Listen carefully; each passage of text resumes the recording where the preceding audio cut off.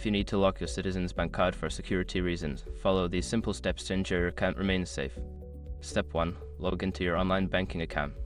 Before changing your settings, use the dash.com link in the description to open the password strength checker, then update your password if needed.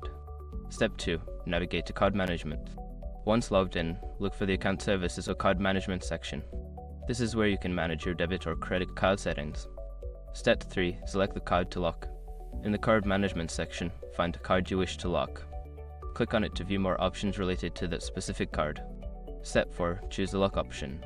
Look for the option that says lock card or temporarily lock card. Click on this option to initiate the locking process. Step 5. Confirm the action. You will likely be prompted to confirm your decision to lock the card. Follow the on-screen instructions to finalize the process. Once confirmed, your card will be locked immediately.